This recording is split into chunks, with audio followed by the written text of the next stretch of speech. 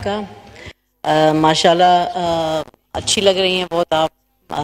और काश ये मुस्तकिल ही चीज़ें होनी लगे कि ख़वातीन स्पीकर्स बने, डिप्टी स्पीकर्स बने, क्योंकि उनसे माहौल बड़ा अच्छा रहता है और ज़रा डिसिप्लिन भी रहता है। क्योंकि मैंने ये भी देखा है कि जब मर्द हजरात बैठते हैं तो तब माहौल अनडिसिप्लिन होता है। ख़वातीन का एक रोब दबदबा है और अल्लाह ने उनको अच्छी मैनेजमेंट के लिए पैदा किया है।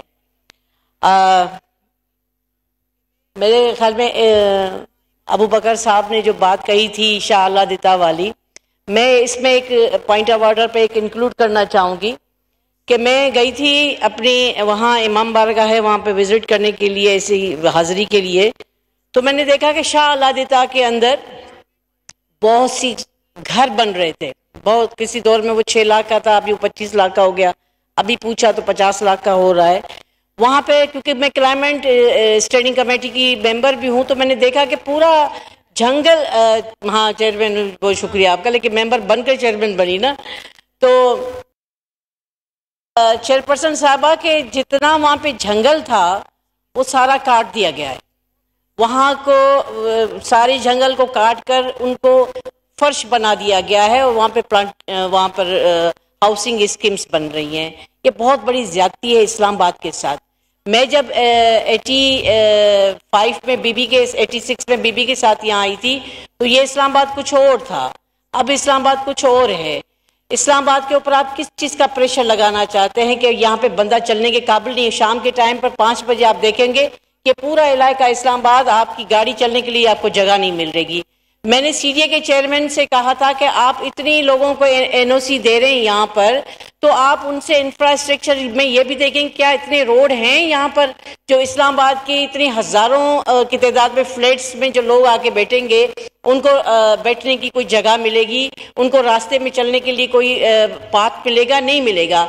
इसलिए आप कम से कम हमारी आवाज़ वहाँ उन ऐवानों तक भी पहुँचा दें जहाँ इनको एनओसी दी जाती है। और दूसरी बात मैं ये करना चाह रही थी कि हमारे पाकिस्तान पीपल्स पार्टी के चेयरपर्सन बिलावल भुट्टो साहब वज़ीर ख़ारजा आज गोवा के लिए रवाना हुए। वहाँ पे शंघाई ताउन तंजीम की तरफ से एक कॉन्फ्रेंस हो रही है जिसमें वस्त एशिया की डेवलपमेंट और उनके पर होगी, पेट्रोल पर, गैस पर, इंफ्रास्ट्रक्चर के ऊपर बहुत से अजीब बातें जो एक सिंगल मुल्क नहीं हल कर सकता, उस तंजीम के ताउन से वो मसाइल हल होंगे।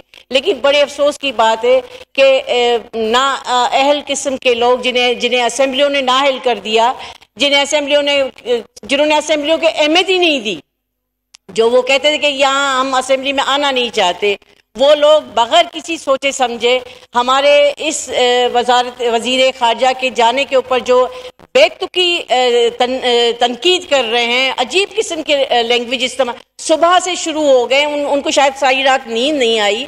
तो हम चाहते हैं कि इस पार्लियामेंट के ताउन से हम अपने वज़ीर ख़ारजा को ये ताकत देना चाहते हैं कि आप पाकिस्तान की तरक्की के लिए, पाकिस्तान की माशी तरक्की के लिए, पाकिस्तान को स्टेबल करने के लिए वहाँ शंघाई ताउन तंजीम के साथ जो कुछ भी हो सकता है वो आपने करना है। हम सुप्रीम अपना पार्लियामेंट आपके पीछे खड़ी हुई है और जो लोग उन पे तनकीद कर रहे हैं उनके मुंह पे आप अच्छे मुआहदे करके आएँ तो उनके चेहरे पे थप्पड़ लगेगी। दूसरी बात यह है कि अगले साल जो गुज़िश्ता साल गुजर गया था उसमें 8 शवाल को मैंने एक बड़ी अहम बात की थी, उसमें बड़ी पेशरफ्त हुई है कि मैंने 8 शवाल को कहा था कि मोहतरमा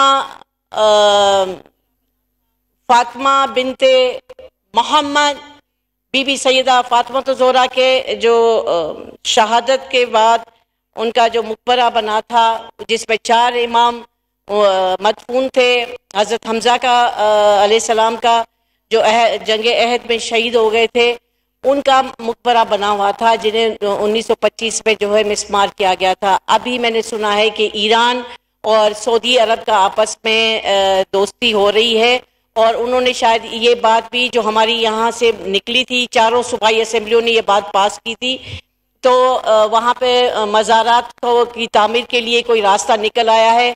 तो मैं शुक्रगुजार हूँ ईरानी हुकूमत की भी, और अगर सऊदी हुकूमत इस पर ताउन कर रही है तो हम सारे जो पाकिस्तानी आले मोहम्मद से मोहब्बत करने वाले हैं वो भी उनका शुक्रिया अदा करते हैं। अगर ये बन जाए मज़ारात तो मैं समझती हूँ कि दुनिया के में से बहुत से अज़ाबात ख़त्म हो जाएंगे। बहुत शुक्रिया आपका।